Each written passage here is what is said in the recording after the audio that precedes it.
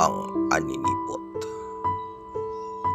Kung ikaw hindi matatapan sa lugar sang kadaman, mangin sa tiun sang gahod sang sungad sang tanan, sa kasilaw sing kasanag sang adlaw sa kadutaan, kapin pa sa tiun ikaw ginhikayan nga walay kinaadman. Mangin kaangay sang aninipot sa latagon nga nagaigpat-igpat kadungan sang kadulom, kag nagahatag sang katahom sa tiun sang makahaladto kag makakulugmat nga panahon.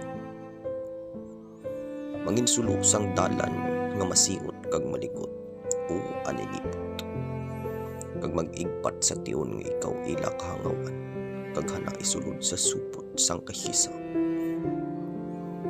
Paghandumon ka sang bata sa imo duag nga nagaengganyo sang putli, apang maghumlad ka nga nagasiling, bata nga nagamit lang iput-ipot, ako aninipot. Abyan, kung ikaw wala nagabadlak sa karon nga tiun, maabot ang tiun nga ikaw ila pagatang laon, kag ikaw kailaan kag pagaluthan, kung alang-alangon sila magakaimon. Mangin kaangay sang aninipot sa kasanag sang kalibutan, siya kidhusgahan. Apang sa kamingaw sang kagabihon, siya makagagahom.